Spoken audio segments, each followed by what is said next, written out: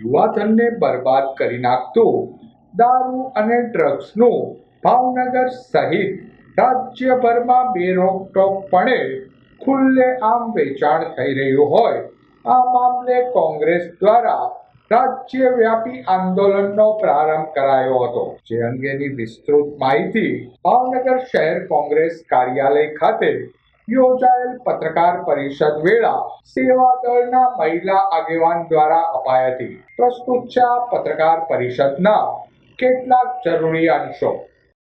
આનંદનગરમાં દારૂ બાર ગણાય છે અને મને સાંભળવા મળ્યું છે કે દારૂનો દરિયો ગણાતું એરિયા એટલે આ આનંદનગર છે. આ આનંદનગરમાં તમે જોઈ શકો કે આવી રીતે ગૂગલ મેપમાં બતાવી અને દર્શાવવામાં આવે છે કે અહીંયાથી તમને દારૂ આસાનીથી મળી જશે. તમે વિચાર કરો કે એ કૃષ્ણકુમારજીનું ભાવનગર, એ ગાંધી સરદારનું ગુજરાત, એમાં દારૂના દરિયા એવો શબ્દો વાપરવામાં આવે ત્યારે આ ગુજરાતની સરકારે ઢાંકણીમાં પાણી લઈને ડૂબી મરવું જોઈએ કે એના ગુજરાતમાં 30 વર્ષથી એમનું શાસન છે, 11 વર્ષથી કેન્દ્રમાં એમનું શાસન છે, છતાં પણ ગુજરાતની અંદર આજે ઉડતા ગુજરાત બની અને દારૂ અને ડ્રગ્સની રેલમછેલમ થઈ છે. કોંગ્રેસના સમયમાં સ્વતંત્રતા હતી, લોકશાહીના મૂલ્યોને સચવાતા હતા, લોકતંત્રમાં લોકોને જે અવાજ ઉઠાવવાનો મોકો મળતો હતો એ કોંગ્રેસના રાજમાં મળતો હતો. ભારતીય જનતા પાર્ટીના રાજમાં આપ સૌ પત્રકાર છો અને આપે વારંવાર જોયું પણ હશે કે કોઈ પણ આંદોલન કરવા માટે જઈએ છીએ કે કોઈ પણ અવાજ જનતાનો બનીને જઈએ છીએ તો ત્યાં પોલીસના વેશમાં તંત્રને આગળ કરી દેવામાં આવે છે અને જનતાના અવાજને દબાવી દેવામાં આવે છે. ત્યારે તમે કહ્યું એમ કે ભાવનગરમાં એક પહેલ શરૂ થઈ હતી, પણ આ તંત્રએ એમને પોલીસને આગળ કરી અને દબાવવાનું કામ કર્યું હતું.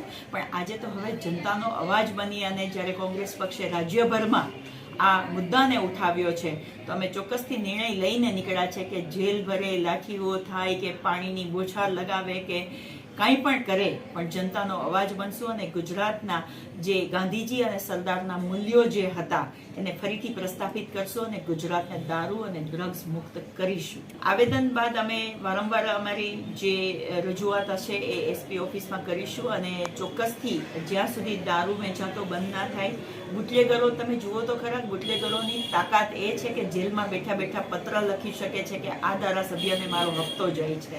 બુટલેગરોની એવી સાંખી તો તમે જુઓ કે એવું કહે કે ગુજરાતમાં કોઈ નેતા કે અધિકારી અમારું કાંઈ નહીં બગાડી શકે કેમ કે અમે અમને હપ્તા પહોંચાડીએ છીએ.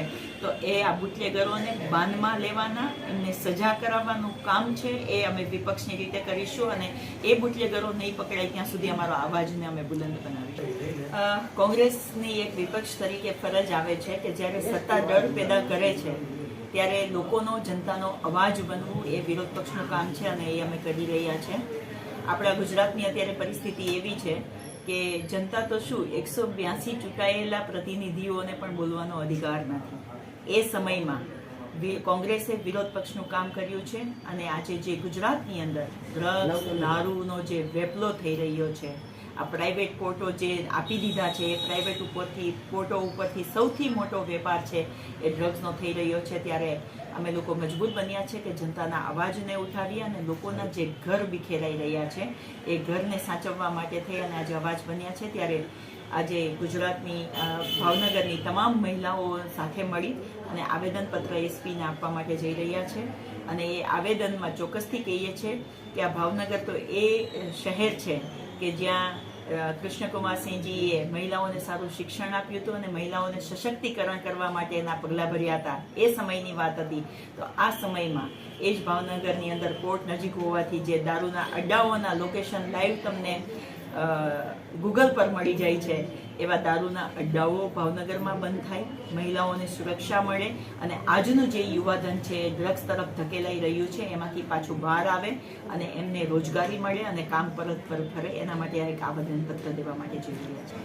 પોલીસના પટ્ટાઓ આ મને છે ને ભારતીય જનતા પાર્ટીની આ બહુ સારી ટ્રીક છે. કેમ ભારતીય જનતા પાર્ટીએ એ ના પકડ્યું કે ડ્રગ્સ, દારૂ બેફામ થયા છે જ્યાં મહિલાઓની સુરક્ષા નથી અને જ્યાં મહિલાઓને મજબૂત કરવાની વાત આવતી હોય જ્યાં ગુજરાતના યુવાધનને મજબૂત કરવાની વાત આવતી હોય અને જ્યાં ગુજરાતની અંદર એ લોકો છુપાવવા માંગતા હોય કે અમે દારૂ એક ફોન ઉપર તમારા ઘર સુધી દારૂની સપ્લાય મળી જશે, ત્યારે આ લોકો છે એ મેન્યુપ્યુલેટ કરી અને એવા મુદ્દાઓને પકડે છે. જિગ્નેશભાઈએ કહ્યું છે કે પટ્ટા ઉતારી દેવાના, પણ એવા ભ્રષ્ટ અધિકારીઓના પટ્ટા ઉતારવાની વાત કરી છે. એવા ભ્રષ્ટ અધિકારીઓ જે દારૂ અને ડ્રગ્સના નામે લાંચ લે છે એમના પટ્ટા ઉતારવાની વાત કરી છે. એવા ભ્રષ્ટ અધિકારીઓની વાત કરી છે કે કોઈક મા દીકરીનો કોઈક બહેન દીકરીનો જો રેપ થયો હોય અને એ રેપ કેસને સુલટાવવા માટે થઈ અને જો કોઈ પૈસા લઈ લેતા હોય ને ભ્રષ્ટાચાર કરતા હોય એવા અધિકારીઓના પટ્ટા ઉતારવાની વાત કરી છે. બાકી કોંગ્રેસ પાર્ટી તો જે સક્ષમ, મજબૂત અને દેશને સમર્પિત છે અને જે સંવિધાનના સોગંદ ખાઈ અને ગુજરાતને મજબૂત કરવા માટે જે અધિકારીઓ જે કામ કરી રહ્યા છે એમને કોંગ્રેસ પાર્ટી સલામ કરે છે અને કોંગ્રેસ પાર્ટી એમનું માન રાખે છે. પણ અમે એક જ વાત કરી છે કે જે ભ્રષ્ટ અધિકારીઓ છે એમના પટ્ટા ઉતારી અને એને સાઇડલાઇન કરો, કેમ કે એમના ઘરમાં એમના દીકરાએ ડ્રગ્સ નહીં લીધું હોય, એમની દીકરીનો કોઈનો રેપ નહીં થયો હોય, કે એમના ઘરમાં દારૂની રેલમ છેલમ નહીં થઈ હોય. અથવા તો ઘણીવાર એવું પણ આપણને જોવા મળે છે કે ઘણા જ અધિકારીઓની પત્નીઓ છે એ દુઃખમાં રડતી હોય છે કે અધિકારીઓ દારૂ પીને આવે છે અને એમની સાથે ખરાબ વર્તન કરે છે. તો એવી મહિલાઓનું દર્દ બનીને આજે અમે લોકો આવ્યા છે.